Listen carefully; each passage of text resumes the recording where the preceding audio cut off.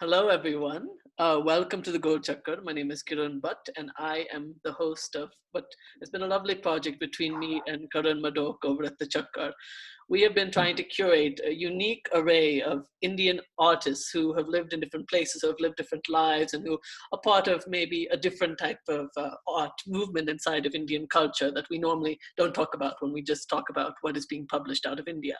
So we wanted to create a space for people who are part of the Indian equation, but who are from a little bit of a different background, who belong more to maybe a more globalized relation to that narrative. Karan, would you like to say a little bit about your space? Yeah, thank you, Kiran, for the intro. My name is Karan Madhok. I'm the editor and founder of the Chakkar.com, and we're sort of like an Indian art studio. We've been trying to be an online journal for Indian film, music, literature, arts, theater, sports, and stuff like that. I think as well as prose, poetry, anything like that. And this was just a great opportunity to further the discussion about Indian literature, but take it to sort of a global level, to not just people in India, but people of Indian descent who being inspired by wherever they are, like our guest today. So thank you again for everyone who's joined us already and who's going to join us later. And I'm really excited for this session. Yes, wonderful. And I have to make some slightly unfortunate news that most likely I've, been feeling like it's been a wondrous run, but I just feel like it's getting to the point where, we're in a different state of life as well, and people are changing as well. So I feel that it's best to kind of maybe, and I want to take some time to like reimagine what digital events can mean too. So I want to take a little bit of time and reimagine how I can best work as a digital events curator. So not just from this space, but from a lot of space, I'm kind of stepping down and going to be like just doing a lot of other things. So it's been a ride, however, and I've also enjoyed. And I have to thank you, Karan. Like I've really enjoyed all of these interviews, and I feel like I've really enjoyed meeting all of you as well. And the meetings will be eternal. Like we will always. And if anything, I feel like these meetings are just the beginning, and that's also part of the equation. Is how do we go deeper now? I mean, we've introduced a lot of names, but now how do we go deeper and get to know them even better? So anyways, without further ado, enough of all that like kind of serious talk. I want to hear from Roanna and Chris, who I think are really interesting voices in their own right. Can you two let's start with Chris. Can you tell us a little bit about who you are and kind of weave a little bit as well, like your narrative a little bit, like how you came to Australia and those types of questions. Hello. Hello, everyone. I'm a boy from Calcutta. And you can take the boy out of Calcutta, but you can't take the Calcutta out of the boy. So I still call the old city Calcutta because, that's my birthplace. And here I am speaking to you from Melbourne. It is 10 past 10 at night and a little bit tired, but I made a special effort because it's always nice to get a call from New Delhi and to catch up with other Indian diaspora writers like Roanna and yourself. And I'm always happy to reconnect.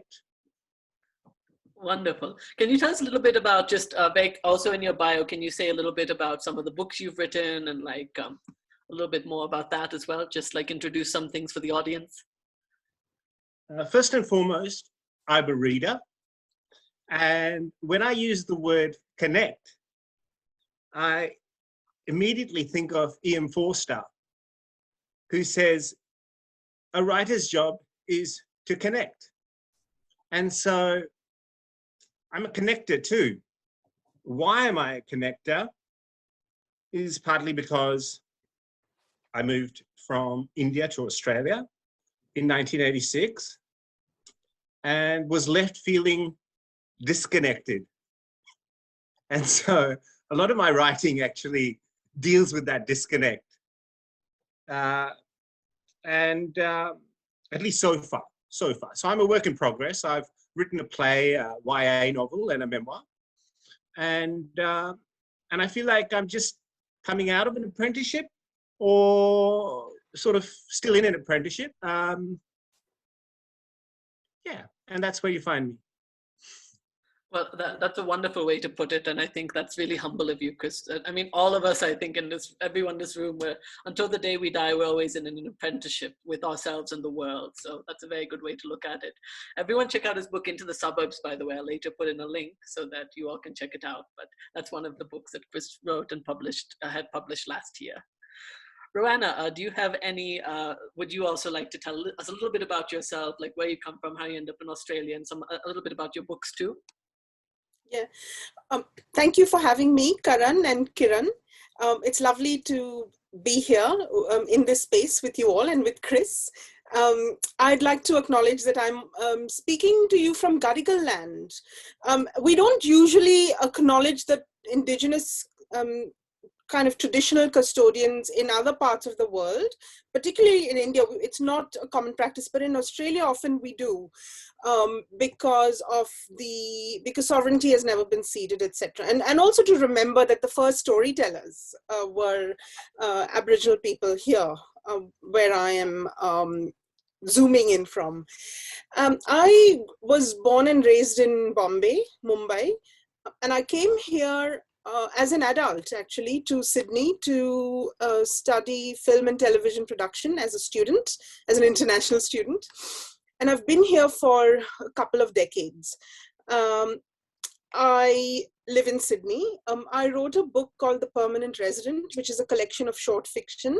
It's published in India as Sunita D'Souza Goes to Sydney. It's about Indian women in contemporary Sydney, and about the hierarchies of power within our communities as well. It's about race and class and gender, but it's also about being an insider and an outsider at the same time. And I think Chris and Kiran, you'd understand that. We're part of, I guess, a social space, a cultural space, but we also belong to other spaces and other cultures, I suppose.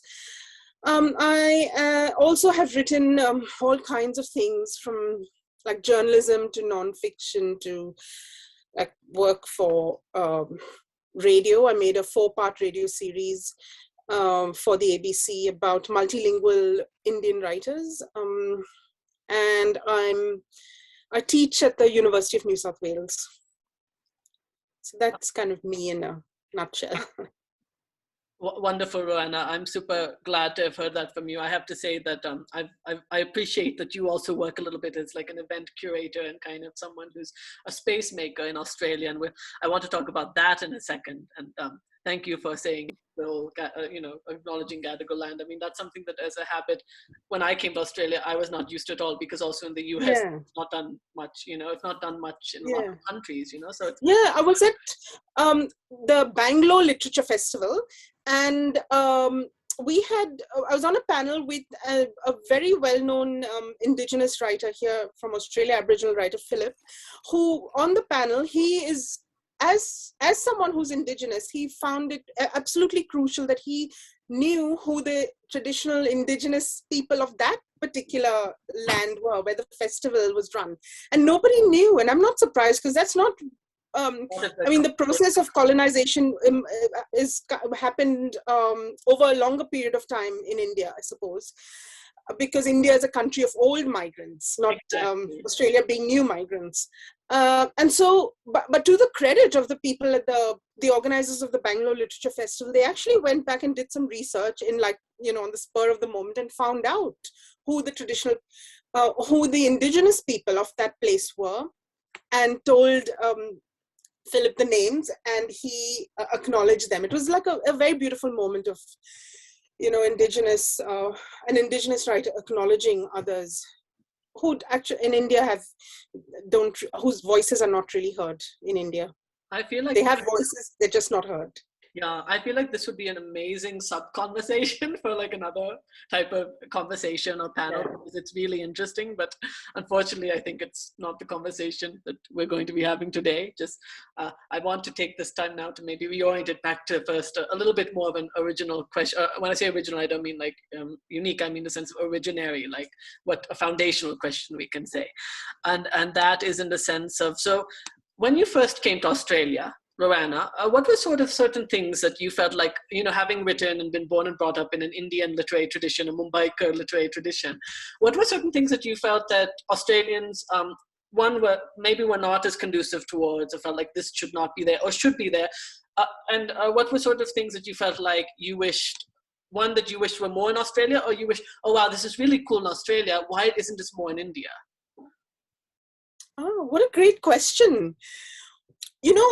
As part of a global middle class, I have to say those class solidarities transcend other kinds of solidarities in many ways. So as someone who was raised, I don't come from a rich family or anything, but certainly we were never poor. So we had a little bit of class privilege. And as someone who grew up speaking English as my mother tongue, I also had that linguistic privilege. And so coming to Australia, I grew up in a Catholic family as well. I'm very critical of the Catholic Church, but and publicly as well. But certainly very familiar with that Judeo-Christian worldview. So I felt in some ways I fitted right in. Okay, I understood the language, although some people say when you speak Australian, it's very different from speaking English. There are many Englishes. Let's just say many Englishes in Australia. But I felt like I felt at home in a way that someone who does not speak English fluently may not feel. And that's a pity, I think, in Australia, because before colonization, there were over 300 languages being spoken. Now as well, there are over 300 languages spoken across Australia, all kinds, because of the lots of immigration and rich diversity, linguistic diversity here. But English is certainly the main language that's spoken. So I did fit right in, but I also felt completely alienated in many ways, because the way Australia imagines itself is as a very white nation, the way Australia projects itself to itself and to the world. And so in that sense, I felt like an outsider completely. And of course, that trickles down to everything. From 20 years ago, it was very hard to get curry patta in the supermarkets, but now freely available. Like you actually get Haldiram's paneer parathas in the freezer at Coles. That's a huge journey to have made for, culinary, in terms of the culinary availability of ingredients, etc. And that, I guess, is suggestive of the understanding that there are many ways to be Australian, Oh, that you've incidentally gone into another question I was going to ask later, but I'm going to just sideline that reaction to go to Chris. So Chris, when you first came, and you came at a much younger age possibly, so it might be different from Roanna's answer, but still like going and trying to become like a writer, trying to understand literary influence, artistic influence. What were certain things that you felt like you kept or you want to see more from the Indian tradition? And then conversely, what are some things you thought from the Australian tradition were either something more informative or something that could be more formational compared to what you had gotten in your earlier life in India?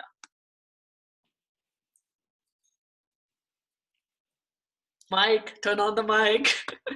A year of Zoom calls and we still have this problem, I guess. That's fine. I was just going to say that I think there's two aspects to what you just asked, or perhaps even more. One is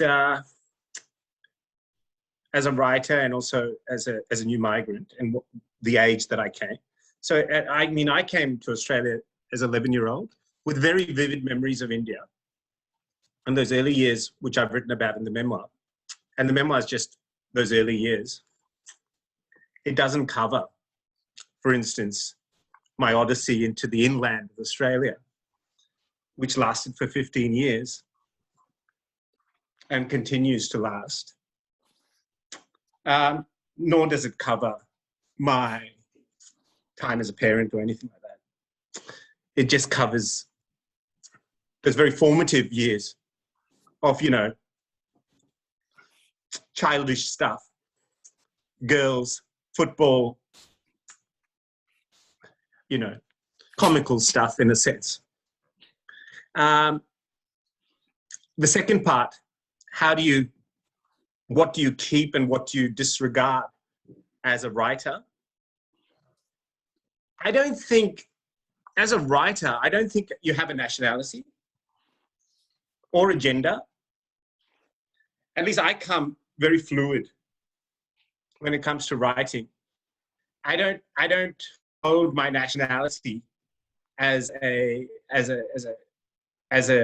status, or even my gender, male or female, as something that I approach writing. I think I try and approach it with many voices. As I approach my reading, it's very ecumenical, or Catholic, you could say, Roanna. I try and take from all bits, from a little bit here and a little bit there. And in the same way, with my writing, I try and have different voices, and I play around with those voices. And I also like to play around with, literary devices. So for instance, whether it's a play or a memoir or a novel, so I just like to play around with that. And I think that's part of that kind of disconnect that happened at 11, where I was not really fitting into any particular group or any particular place. And I think that, in a sense, is expressed in my work without having that intention, it just sort of happens because I think being removed and placed into another place. Does that make sense? Yes, of course. Yeah. I think it's a very common thing for a lot of us who are from one background, but who were raised in another culture, community. Do you feel then as a child who... So that's how I sort of try to... Yeah, I'm sorry, continue. Sorry, there was a lag. Oh, no. So I was just trying to process your question, because it seemed to have a lot in it. And so I was just trying to... Yeah, so that's why I meant, did I answer it? I don't know. I mean, I also want to leave it open so that you can answer it the way you feel comfortable as well. Okay. Like, I don't want to make it like it must be answered in a certain way, because I think, perhaps because I'm this person who's always traveling and observing cultures, I'm thinking of it from a very analytical way. But as someone like you who is brought up there, you might have an actual emotive answer to the question, which is equally as valid. It's just a different way. Well, it was interesting. I mean, going back to what Roanna was saying about, the indigenous and who, where, how we make sense of where we come from and whose land we're on. That's been really interesting for me, because having had most of my primary education in Calcutta at La Martiniere School. Anyone know La Martiniere School in the audience? Well, that was my old school in Calcutta. There's a school, La Martiniere School in Lucknow. There's a La Martiniere School in Calcutta, and there's the La Martiniere School in Lyon, in France. And I went to the Calcutta one. And in that school, we got taught about Dravidians, Dravidians and Aryans, and where people came from. And this idea of Dravidians coming out of India and traveling all down south to Australia was something that I'd learned about in primary school. And I don't know if many people remember that, Dr. Bart, it says on my computer screen. I don't know if many people remember that learning. And so, tonight I was at a dinner party, hence my kurta. And we were at a dinner party and celebrating Freedom Weekend in Melbourne. Hadn't been to a dinner party in a while. And the conversation went to, where do we all come from, inevitably? And there was someone said, oh, we all come from Africa. And someone else said, oh, and then there was a Greek guy. He said, oh, everything comes from Greece, philosophical thought. And then there was my Chinese friend.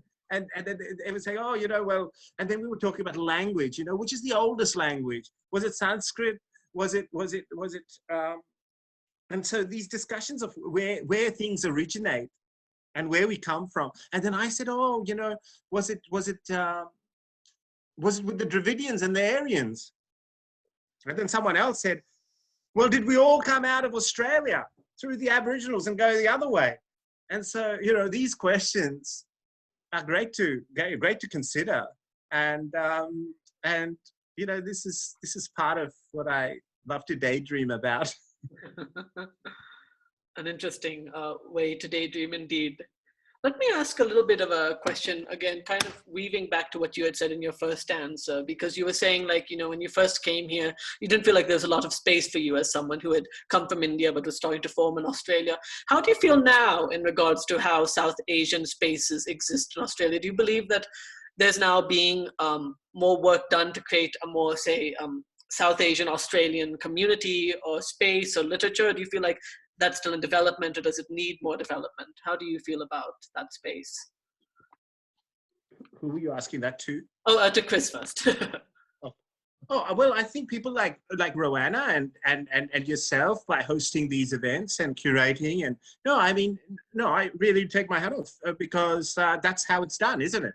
And bringing us together and having these discussions is how we create these spaces, and that's what people like yourselves are wonderful in organizing that. I mean, my job is to stay quiet and actually write, and here I am talking too much. But I said, I love to. It's a dichotomy. On one hand, we have to get ourselves out there, and some writers are better at it, at getting it out there. And then we also have, then there's the other hand of activism and creating spaces. But then there's the third aspect of actually art, creating art, and that's a very silent, almost antisocial aspect. And even though I am social, I think, there's that other aspect of also being quiet and almost antisocial. I mean, because you do require to go into those quiet spaces to actually do the work. And that's tough, especially as you need to also create space to have a profile and all these other things. So is there a space? Yes, I think there is increasingly a space for different voices in the Australian scene. In fact, the Australian scene is quite exciting, I think. But in terms of, for me, there's a sense of also needing a quiet space. Hence, it's dichotomy, and hence, I like spending time in the desert as well. Although we've just come out of such a quiet time. I had a book launched right in the midst of the pandemic, and so there were no live events. So, I'm actually, on one hand, I'm saying, yes, I like a quiet space, but we've just had this quiet pandemic. So here I am saying, notice me, I'm still here, because, the world just shut down, as we all have experienced, and now we're opening up again. So hurrah. So certain things that you said that I thought were really important is that in order to create, so in a space, no matter where it be and no matter how developed it is, there's certain things that are very important for that space to flourish. One is the creation of art from that perspective, or writing, or literature.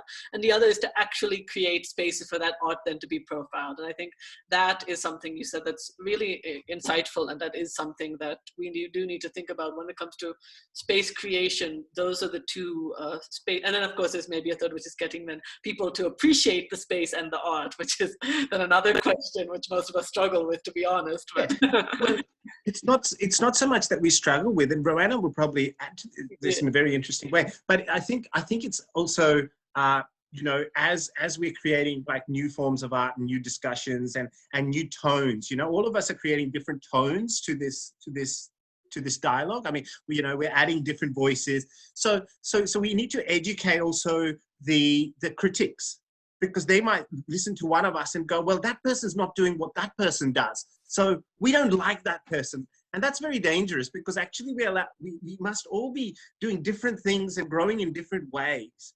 And that's what we're trying to do, is we're not all a monolith. We're all different, and that's what makes it interesting. And when we talk about diversity, we want diverse views and opinions and voices, because that's, we're not just talking about race and color and gender. We're talking about a diverse group of people that actually reflects real life. Because in real life, Kiran Bhatt, Roanna, Chris, whoever else, have different opinions, and that's why we like listening to each other. Very much so. I mean, and that also goes to another thing that I think is really important when it comes to, when you're like being an Indian American, one thing that's really interesting about being an Indian American now, like I'm not trying to necessarily talk too much about myself, but there was this Tatsveer Literary Festival that just happened a few weeks ago.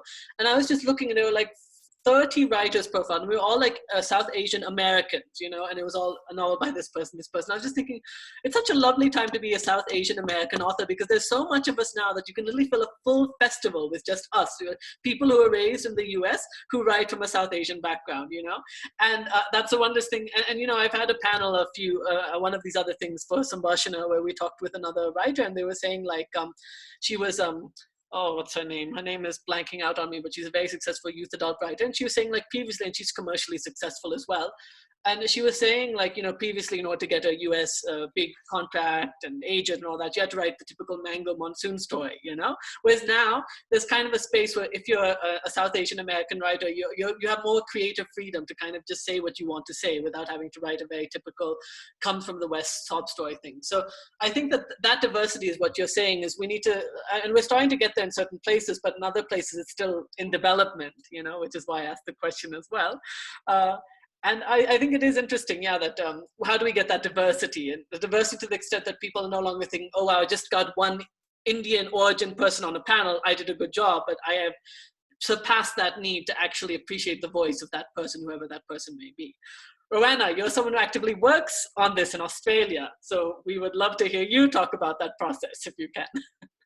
Yeah, thank you, Kiran. It's a great question. And really what Chris said really resonated on many levels. Yeah, absolutely. I think as writers, we need that solitary space, to not be found and to hide away and to create the work. But then we also need the work read. People like Elena Ferrante can afford to be anonymous because they have a whole team of publicists making sure their work is read. Everyone else has to find other ways of reaching readers. And sometimes, of course, readers reach you. So it's a two-way street. But when I first came here to Australia, I found that there didn't exist as many spaces for people like me who shared my history to come together and talk to each other and find that solidarity in shared history, shared memories, shared language, mother tongues, shared cultures, cultural memories, etc. And so and Facebook had just started at that time, and Facebook started. So this was like over a period of many years. So I didn't start the group when I first came here because there was no Facebook. But the internet has thrown up really interesting possibilities for coming together, as we all know. And I started a group on Facebook called the South Asian Australian Writing Network. And it's purely it's a space. It's like an adda, as we would call in different parts of India, where you get together to have conversations, etc.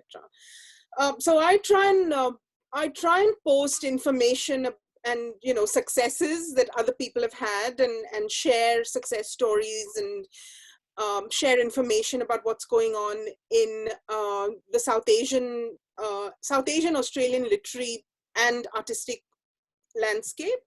And we have quite a few people in that group who have reached out to me and said, wow, thank you, we love this space, because it's like a space where you can come to that you feel like you're understood and you're seen and you're understood. And out of that space came Southern Crossings. So Southern Crossings is an online space which started out as a blog, inspired by kafila.org from India and also other writers collectives. 5 of us of South Asian backgrounds, so 4 of us Indian backgrounds, and Gary is Sri Lankan background. We started Southern Crossings. We pooled in some money to publish writing about South Asia and Australia. So writing about things that matter to us as South Asian Australians. So we have that, southerncrossings.com.au. Check it out if you want. But of course, it's all volunteer run, and we're all like, I'm a single parent. I have to work, and if I don't work, my rent doesn't get paid, and my children don't get fed. But and it's the same with everyone else in our group. And so we're not as active as we would like to be, because it's all volunteer run. But the spaces that we've done some amazing work, a lot of writers have contributed. In fact, Chris and Kiran, we need you to write things for us and about the South Asian Australian, something connected to being South Asian in Australia, really. So we're trying to move away from commenting on India, because I personally feel, and a lot of us feel, that yes, of course, we're from India, but we're not at the coalface, dealing with what Indians have to deal with every day. And so I feel like we really should be commenting on our experiences here and now in Australia. But of course, we're open to all kinds of ideas. It just might take us a little bit of time to get back to people who submit things to us. But if you look at that at southerncrossings.com.au, you'll see over many years we've published really interesting pieces, brave, courageous pieces about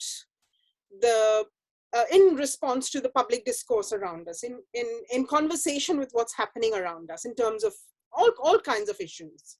So I strongly suggest having a look at that. Yeah, and that takes a lot of energy and time and labor. I mean, I would love to just sit in my study and write, but I also feel a responsibility to, and that's totally self-imposed. No one has imposed this upon me. I also feel like, I would like to create a space that I wish existed when I first came here. So that is the motivation behind all of that. So I completely understand the labor involved, Karan and Kiran, in the work that you do with the Chakkar and these interviews. So, keep going. It's really hard to do this at great cost to your own writing practice as well. But yeah, thank you. Yes, I mean, and not just like, I guess, yeah, and this is something we're all learning about as well, is I think creating the space, but then making sure that you can do as much as possible to make sure people benefit from the space as well, which I think is another aspect of it. But it's something none of us can control as well, which is, I think, the hard part of it.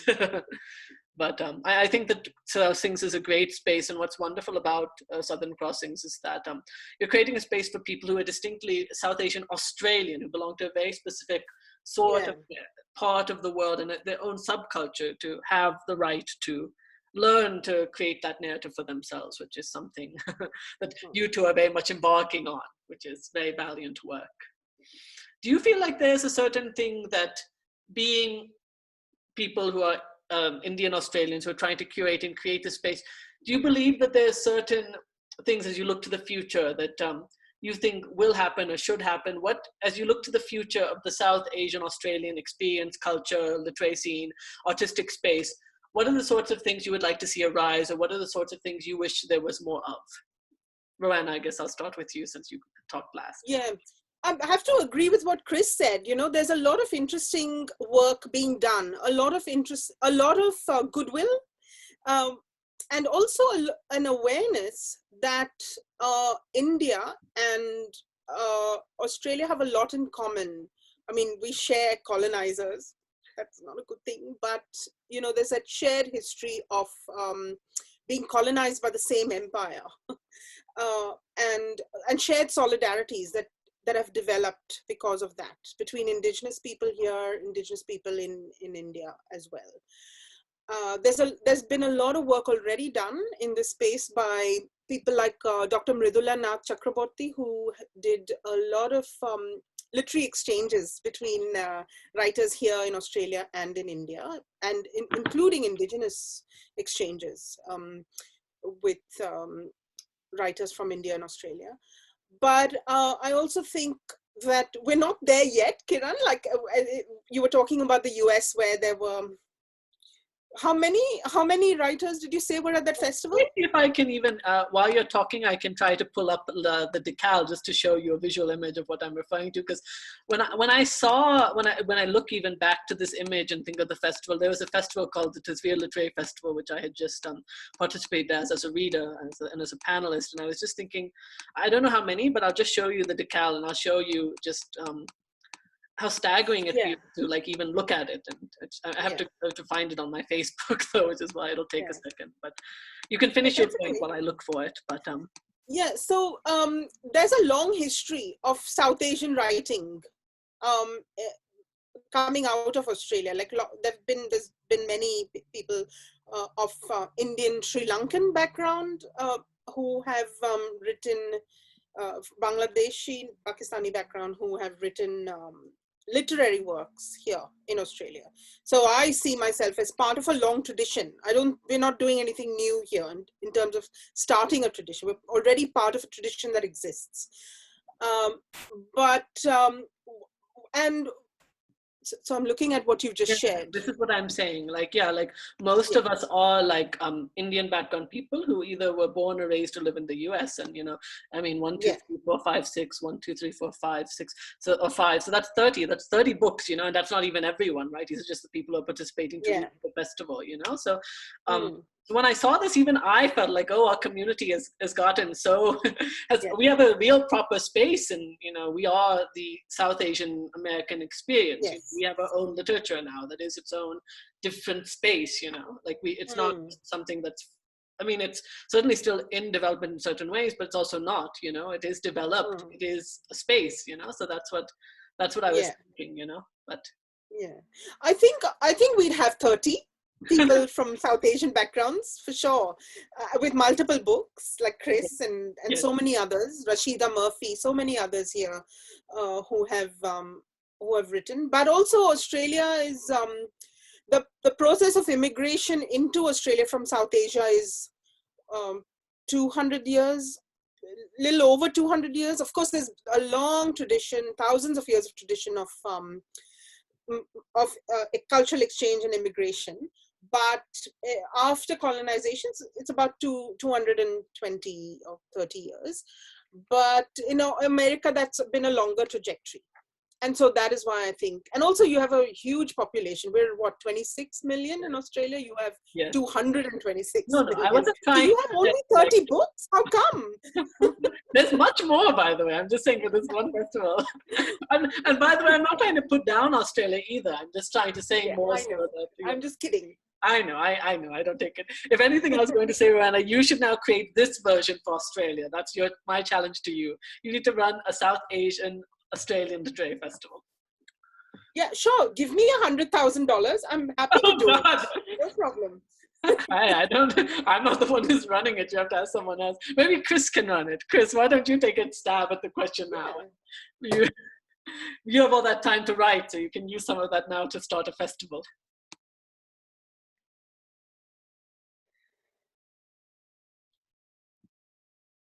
Just reflecting on some of that. And 2004, I was just thinking about 2004 as we were talking. There was this wonderful issue that I ran off to get. It's the Mianjin 2004, and I'm just looking at some of the names on this issue. Some fantastic writers. Chandini Mukherjee, Azhar Abidi, I'm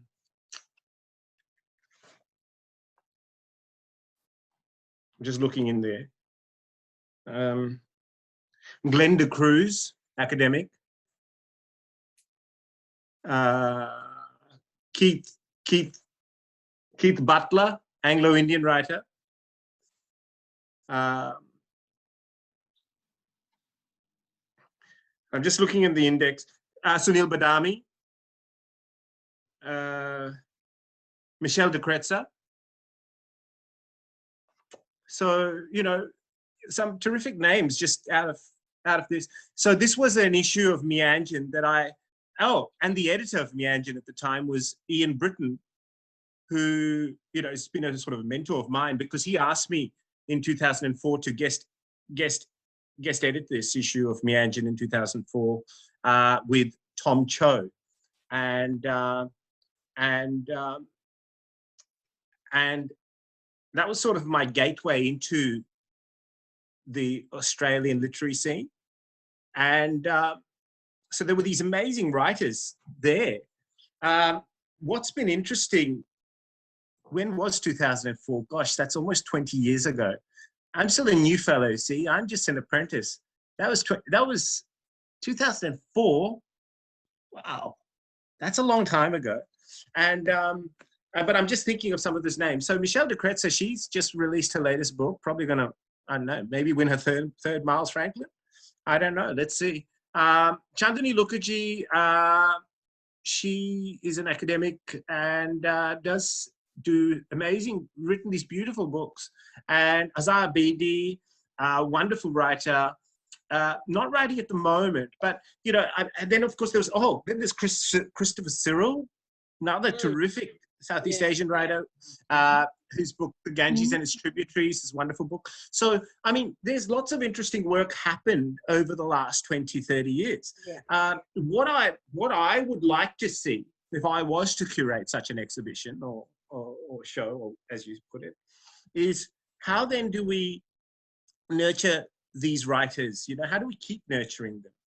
Or are we allowing, like, how do we keep nurturing myself? How do I keep watering this garden to keep producing fruit?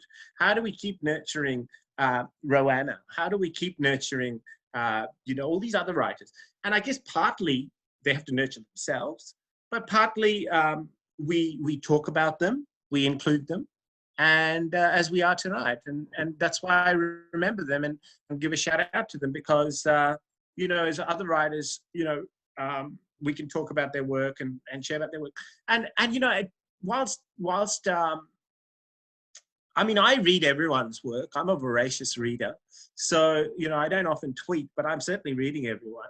And, you know, and I think by buying their books and reading their books and thinking about their work, I think, because I think generally writers are quiet people. I mean, you know, we're generally quiet and we're talkative, you know, maybe one-on-one with another writer or a friend. So it's a bit awkward, you know, doing all these sort of events, but at the same time, you know, so there's some wonderful writers out there, and then we've got to think about all these people that have given us a voice, you know. I mean, the ones that have been you know, that have edited us, you know, whether it's Terry Ann White for you know, in the University of Western Australia, or Ivor Indyk and Geramondo and UQP with Madonna Duffy, who, you know, who gave us a voice too. And Ian Britton for me at Meanjin, who gave me the opportunity with Meanjin all those years back. So there have been people that have planted seeds along the way, and they're the heroes, aren't they? And so now, and don't forget, I mean, you know, there's good people like Mascara that do some great work.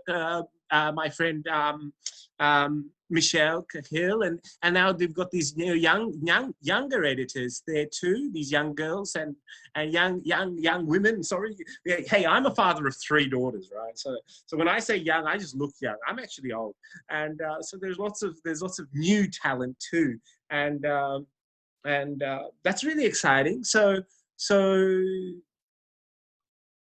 have I left out anyone?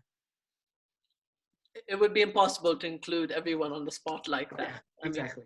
I think what you're saying, though, is something really important, is that there's a lot actually being done. And this is the time now to find a way to spotlight it, or give it more attention, I think, which is... Well, I think you're doing this by having these Chakkar talks and also including India. I mean, Karen, I mean, you know, by reaching out to Australia and reaching back, and us reaching to India, I think it's and for Roanna with her Southern Crossings and Murdula with the work she's done. I mean, there are all these intersections happening.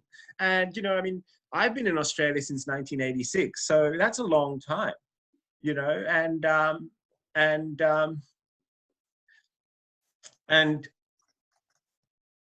so I mean, it has changed a lot. It has changed a lot, and but as with writing, I mean, writing time and editing time and book time is a different time to Facebook and Twitter time, where everything's instant. I mean, writing, you know, art is long, art is slow, and it's incremental. But if you actually, you know, as we were talking, I mean, I just immediately started to think back, oh, you know, let me go back to let me pick 1 year, okay, 2004, and look at that. And it's just interesting picking up an old issue of Mianjin in 2004 and seeing those names. You know, at that point, I think Michelle de Kretz had just written the Hamilton case, right? Which was, she'd been influenced by Somerset Maugham. And I remember her at this launch and reading that work, which is a wonderful work, actually, the Hamilton case. And then Azar Beatty's longlisted for the Booker, I think. Yeah, I can't remember. Yeah, maybe. It was just a beautiful book, though. I remember reading it and loving it, and the references to Somerset Maugham and that kind of crime kind of feel to it. I mean, I read it so long ago. It's about 2004, 2005, maybe 2006. I can't even remember. And this was just before I moved to Alice Springs. All this happened, and so yeah. I digress. No, it's a very interesting and very valid point. I'm glad you brought it up. I mean, especially just flipping through a literary magazine, you do see a lot of talent. We have some 10 minutes left. I would love to open this up for the audience. Do any of you have questions? Please.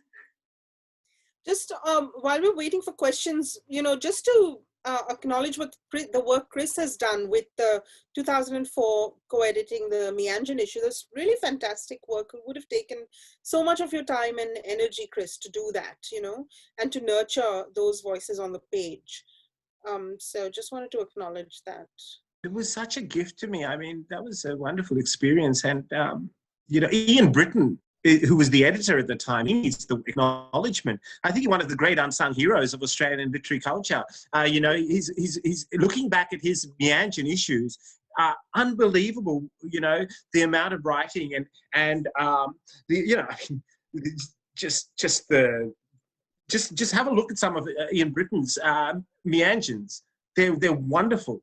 And you see who's who in that zoo is incredible list of, you know, I mean, everyone who's doing really interesting stuff came out of that kind of stable. It's extraordinary. And since then, someone in the chat, Emily Collier, who's here with us, who's a wonderful writer and playwright, mentioned of Indian origin writings from Australia that Paul Sharad and Meeta Chatterjee Padmanabhan brought out. They edited that anthology, and Meeta is part of Southern Crossings, by the way. Also the work that Sharon Rundle and Meenakshi Bharat have done. What they do is really, really interesting. On The Smell of an Oily Rag, over more than a decade, they have been collaborating. Meenakshi is in New Delhi. She's an academic at Delhi University, and Sharon Rundle is based here. She's an editor and writer from the UK, but she's been living in Australia for 40 years. So they bring out an anthology of fiction by writers from India and Australia. And I think they're up to their fourth one. I think, Chris, we have worked in their anthologies, both. Yeah, Paul Sharad and the wonderful work. Yeah, so Paul Sharad and Meeta Chatterjee Padmanabhan, Sharon Rundle and Meenakshi Bharat, like continuing that tradition of bringing together South Asian writing.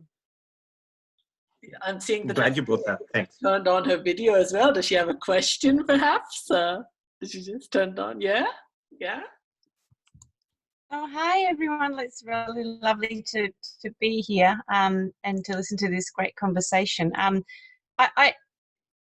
mean, I was just thinking a bit about it's sort of a boring question in a way, maybe, but maybe it's not. Sorry, I have some friends here who are of South Asian origin, and they found the last couple of years, obviously with COVID, has been in some ways frustrating, in some ways fruitful for their creative process in terms of being so distanced from family and you know, so although it's sort of fairly close but so far away at this time. I was just wondering if that's had any impact on either of your writing or the communities that you're working with in terms of the kinds of things that are being written about, the kinds of connections and distances and conversations that are happening within the writers or writing that you're connected with.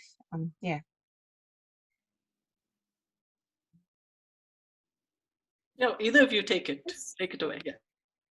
Yeah, thank you, Emily. That's a great question about the impact that COVID has on the creative process. For me, I've been fortunate to have work in order to pay the bills. You know, as they say, once a writer, always a waitress. And and so I have been working nonstop. And so it's been good for, you know, being able to pay the rent, but I haven't really done much. Actually, I have done a lot of creative work. In fact, I wrote a short story called How to Work from Home. And I'll put a link in the chat. But certainly for a lot of, so my parents moved from India to live with me, to help me out with my children.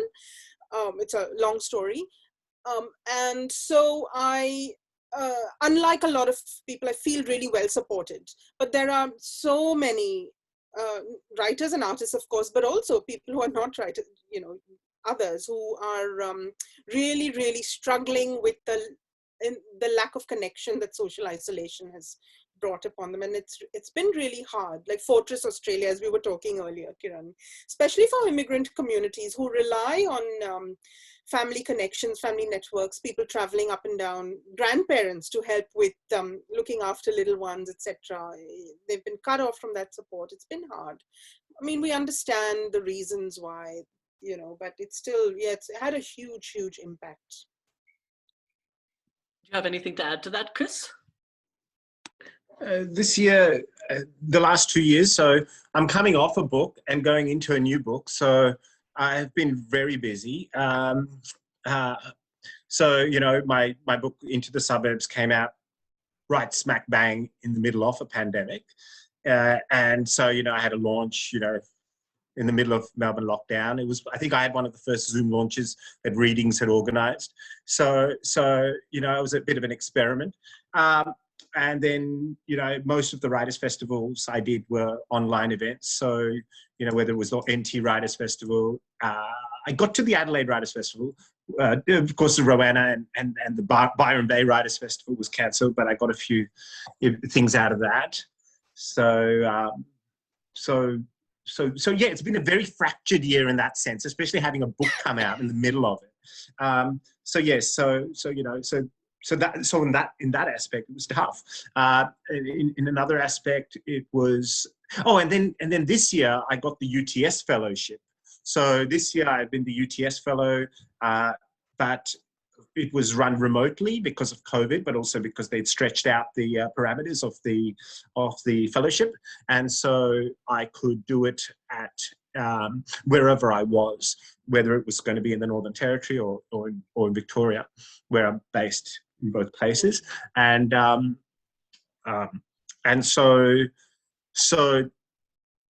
so what it meant was, because of COVID, I couldn't go and make contact face to face with other writers, other colleagues, you know, basically network, promote my work, but also learn new skills face to face. I did learn other skills, and one thing that it did, you know, keeping with the writing theme, I mean, of course, family-wise, it had all sorts of other implications, but keeping with the writing theme, one thing it did do was force me to remain at my desk, so to speak.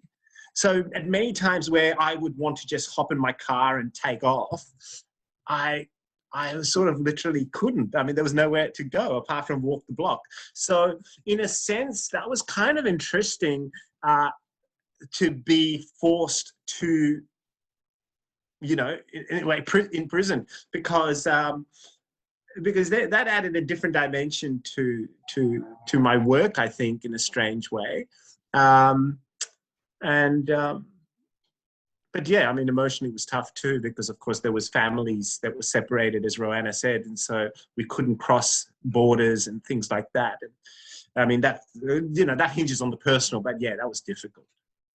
Yeah, it's been very hard for people like Chris, who've had a new book out where you take away the whole face-to-face interaction. It's just been really hard. And with Byron Bay Writers Festival, I was asked to guest curate part of that festival, and I really wanted Chris to be on a panel. We invited Chris. Chris was on other. I think he was on other panels. I'm not sure. They said, "Oh, whom do you want?" And I said, "Oh, Chris Raja and a few others on this panel about memoir, because your book had just come out." But sadly we couldn't do it. So this is great to be able to No, do no, this. no, no. I was aware that you were helpful with that. Thank you so much.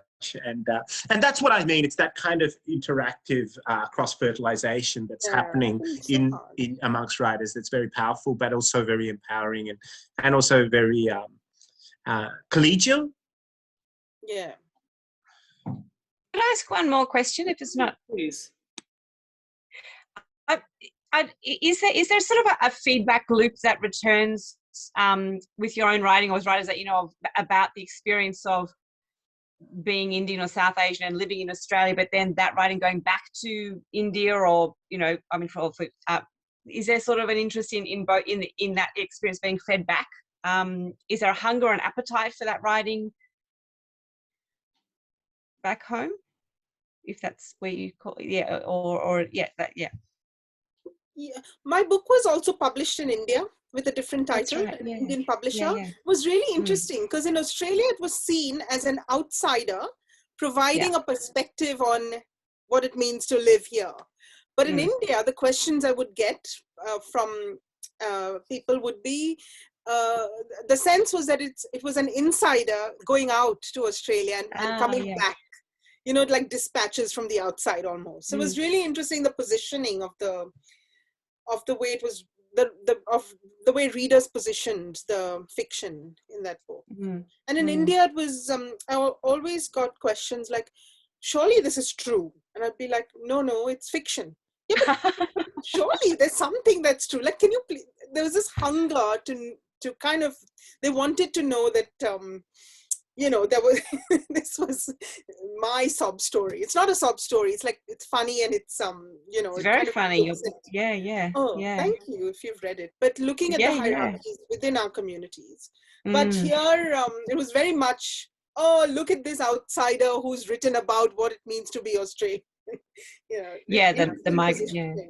Yeah. Maybe Chris has had a different experience. I don't know. Well, I mean, there are always little, you know, there are niches. There's niche readers that get back to you, especially in terms of my work, which is quite niche. I mean, you know, I don't necessarily go for the happy ending. I don't know if you read my work. It's not often happy or light in the most obvious way, and it can deal with some quite difficult material. Partly because, you know, and in the new globalization kind of environment, well, it's not new anymore, but, you know, people like to have a feel-good aspect of their culture. And I sort of don't quite go with that kind of feel-good aspect of, hey, my culture is so fantastic all the time, whether it's Australia or India. I'm quite critical. So you know, with my first book, The Burning Elephant, which was a YA novel, I deal with some quite difficult subject matter, which was basically the assassination of Indira Gandhi in 1984, when I was there as a boy and witnessed it, and witnessed the after effects. And so, you know, it's interesting when you write books like that, you don't often, you know, you don't know what you're not. It's difficult. And then when you write books about settling into you know, your teenage years in Australia, you know, when you write about difficult material, you're not always going to get a clap, you know, and writing can do different things. Writing's supposed to do different things. Salman Rushdie said his writing is an argument with the world. I'm not claiming to be like Salman Rushdie, but in a sense, we do process things in our writing, and we're working through ideas, and some of them are difficult, and so the feedback I'm getting, say, from India or from Australia, can be quite individual and not collective, you know. So I get very, very unique responses from unique readers, and I try and think of one reader at a time as opposed to many, if that makes sense. Yeah, it's I understand that as well. It's like you don't want to necessarily just categorize your readers. You're just looking for those individuals who happen to get your work and hope that something goes to the other side. Yeah, and I don't mind, if they don't, or if they get angry with it, because sometimes I'm angry with my work, because sometimes I'm angry with the things I write about, because I'm writing about things that made me angry, whether it's about myself or whether it's about my culture. And sometimes people get confused and they might think, and you can't predict how anyone else will interpret your work, but so you've got to allow all sorts of responses. And so I get all sorts of responses from all parts of the world. And now, because people can read, whether it's on Kindles or whether it's on Amazon, or so you get all sorts of different feedback. And I actually try to listen, but also not listen too much, because I'm sort of a work in progress and trying to just keep growing. And so I try and listen to a few people and just keep working and not get sidetracked too much. Yeah, and that's a very important thing. I mean, one thing we all have to accept in life is just the very little control we have on this earth as existences. I mean, we try to write, we think we're doing something good, and not everyone always responds to it. We don't always do as well as we could, but we have so little control. Control is the one we have. I don't know if we're doing something good. I don't know if writing is necessarily something good. I think, I don't know. I mean, writing is a very mischievous thing, really. But what is writing? I mean, especially, but it's a compulsion, and I do it anyway. I do it even if I couldn't do it. So, but I wouldn't say it's a good thing. But it's or a something bad thing. that you feel programmed to do, or you feel like is something that is driving you, right? So that also is something that the universe is willing into you, for better, for worse. So you just have to simply let it will you and just see what results. Well, is it dharma? Yeah, I don't know. I believe writing is part of dharma, yes. I think a lot of us who are writers would feel that way, whether we like to admit it or not. I mean, but we're more or less out of time now. Do we have any other questions or thoughts or something we would like to just say very quickly? Anyone in the audience? I will say, just to point something out, that one of the people that Chris mentioned, who's one of the young new editors for Mascara, is here. Her name's Monique, and she's just sitting here. So wonderful job, Monique, and Thea as well, who's one of the other editors. So just thought I'd say a little shout out to them. And yeah, anyone else want to add anything, or should we start wrapping up? All right, well, I'll thank both Roanna Gonsalves and Chris for coming on with us. It was so nice. And as someone who started this series in Australia, I think it's so fitting to end at Australia, which is almost, and sometimes it's kind of caricaturized as the end of the world in a certain way as well. So I think it's interesting to have two lovely writers writing out of the fortress of Australia to tell us such interesting, things about what's a beautiful culture that's now blooming there. Thank you for having me, Kiran and Karan. Thank you for the great work you're doing. Keep going. I know it's really hard, but thank you for all you're doing to keep the discussion about the future alive.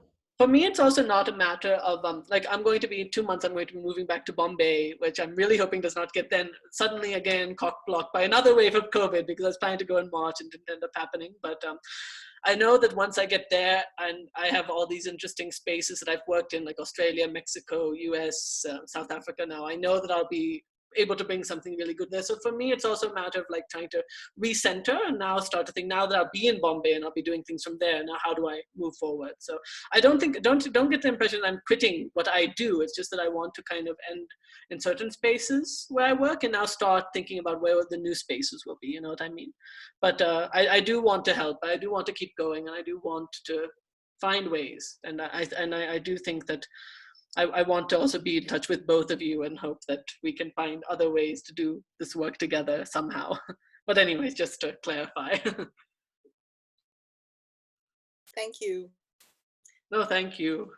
And thank you for your work as well. You do exceptional work in Australia, and we're really grateful for it. Even if I'm not in Australia anymore, I'm grateful for the work you do. Yeah, Chris, and we're grateful for you as well, and thank you for coming in and being yourself, and never give up. I mean, and always be yourself, and we value it and we want to nurture it, so never worry. I think Thank you to everyone who attended. Oh, yeah, sorry, Chris. well, Emily asked wonderful questions, and I'm so grateful for the people who came as well.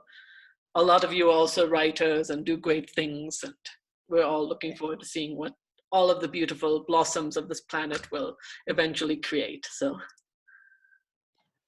Thank you. Thanks. And lovely to see you, Chris. You too, Roanna. Lovely to see you both. Bye.